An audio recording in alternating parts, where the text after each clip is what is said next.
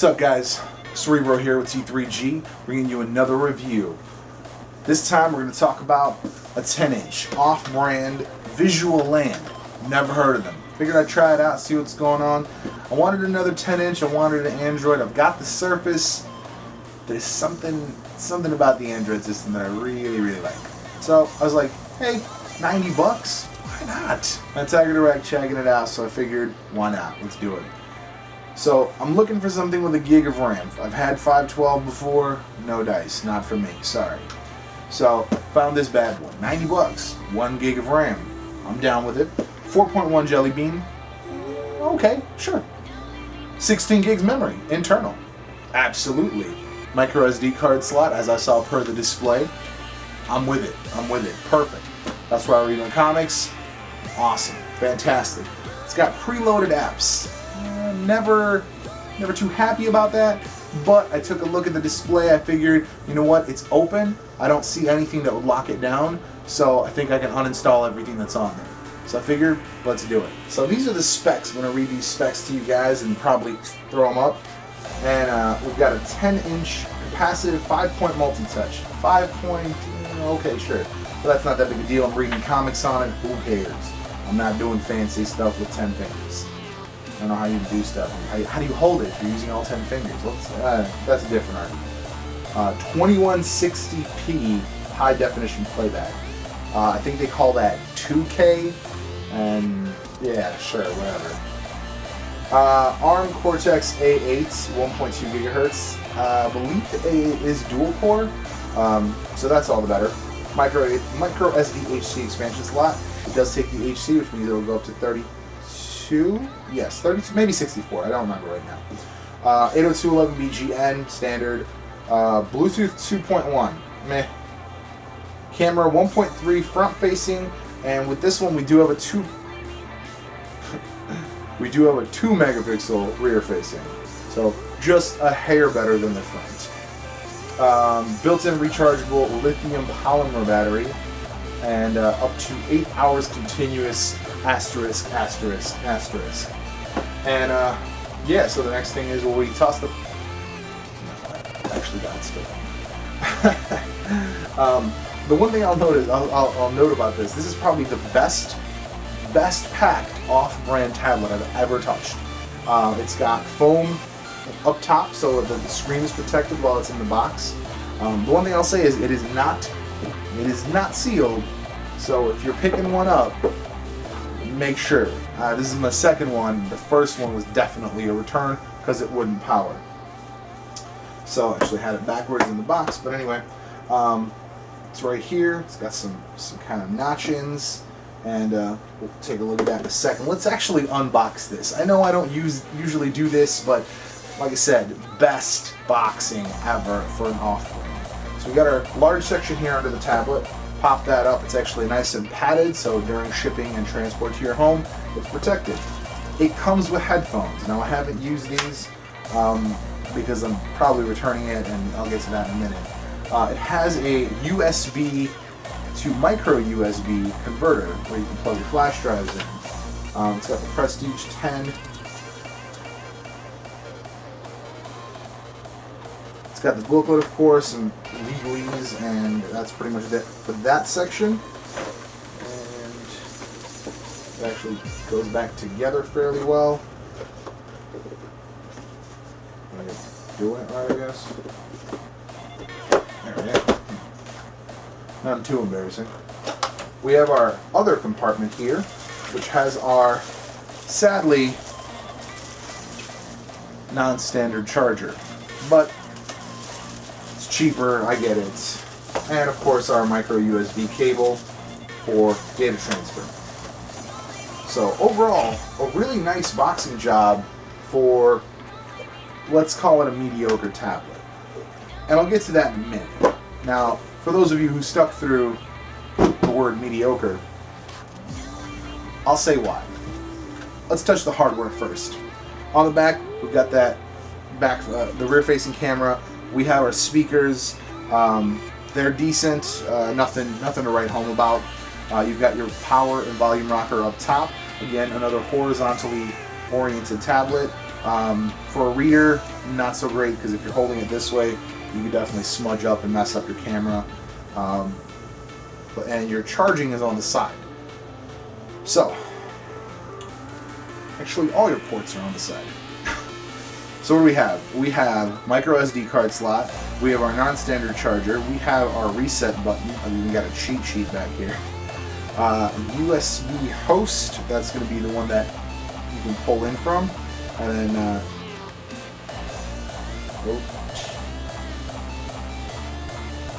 OTG charge. So it has the capacity to charge through the USB. I actually didn't see that indicated anywhere besides right there. I hadn't actually gotten quite this close with the back panel. You've got your mini HDMI port, headphone jack, microphone, and it's actually, for repair purposes, got two standard Phillips screws on the bottom here, and I imagine once you pull those bad boys off, it comes apart pretty well. Now, it does come with a screen protector on here. It does have these little tabs, but I feel that if you were to cut those bad boys off, this would actually function for a good long time as a decent screen protector. So, 4.1, you got your 4.1 lock screen, and I went ahead and put a live wallpaper on it just to see how it handles it. Again, I don't expect much. It's a lower end tablet, but I still wanted to see how it works. Big beef I have with this, actually, I'm going to have to switch launchers to get this to work. Alright. Very nice.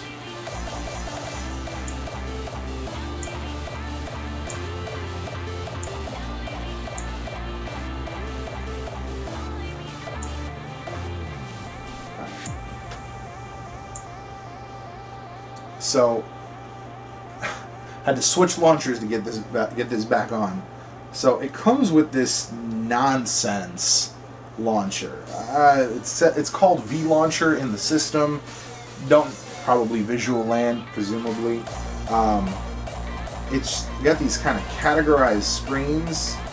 I guess not quite that terrible, but it uses up one of your lines here. It uses up some screen real estate just to show you what screen you're on, which you see what's on the screen. I don't know why you need to know that that's the entertainment page when you've got YouTube, your video player, and all that stuff. And it's got a header on the top of it. Not a big fan. Not a big fan at all. So what I went ahead is I downloaded Smart Launcher, which is one of my favorites, kind of as an alternative. And what ended up happening is when it told me to set as default, I ended up getting 3 options, which means that my standard 4.1 launcher was still on the system, which I definitely switched to. So our standard launcher is there. I mean, it runs pretty decently, honestly, for, again, an off-brand tablet. Your 4.1 controls, you got your menus, etc., etc., and I mean, it's a fairly smooth experience. And for reading comics, I can't imagine this would be poor. I didn't actually even try it out because of the next point I'd like to cover. It doesn't have Google Play. Now, this is an older model, and their new Pro or Prestige 10D or G or N or I don't know, there's a letter following it. I think it's Prestige 10D. It does have Google Play, according to their website, and they actually don't even show this on there anymore. So with Google Play, I would say absolutely this is a great deal. If it's $90 or even up to, let's say, $120, $120 for a 10-inch with decent enough display. I don't know how I just watched that, but that was our Google Now. And with a decent enough display, if you're looking for reading, for browsing, it actually does browse fairly quickly. Let's see here. Let's just say Twitter. So twitter.com, click, and 50%. Done. So welcome to Twitter. That was pretty quick, honestly. Again, especially for a lower-end tablet. 1 gig of RAM, dual-core processor, so it's in pretty good shape as far as your basic browsing needs, even video watching. and I went ahead and hooked it up via the mini HDMI because I'm always curious to see how these things work. And it definitely worked really well. In comparison to the eMatic, it actually retains its capabilities on the primary screen while you're using the external display. So it actually gets a bit of a better nod from me, especially for media. But again, I go back to my handy-dandy, trusty compartmentalization and say, get something else that doesn't have its own display to use as a media device. So yeah, overall, really decent system. I like it. I would say buy it, honestly. Obviously, the new one with Google Play. It comes with the One Apps Marketplace and GetJar. I did find basically all the comic book reading apps that I used on Android before. So the stuff is there. There's just something comforting about the Google Play Store. It gives you some sort of, I don't know. I don't know what to call it. There's some sort of, comfort is the only word that comes to mind.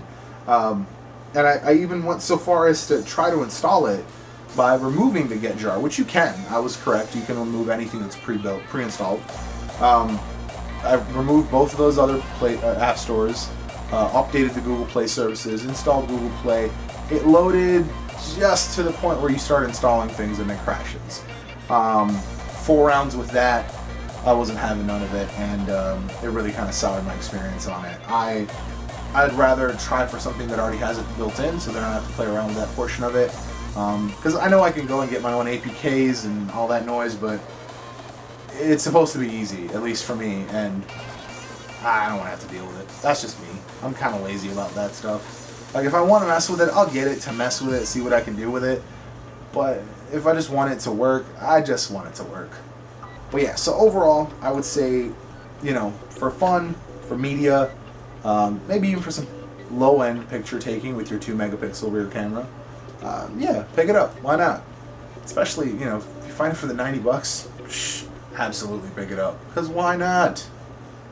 Me, I'm probably going to take this back. I want something with Google Play. Need that comfort. I really do. Make sure you guys like, subscribe, and check out t3gtech.com for reviews and all kinds of other fun tech stuff. Got a couple fun videos coming up for you guys. Stay tuned.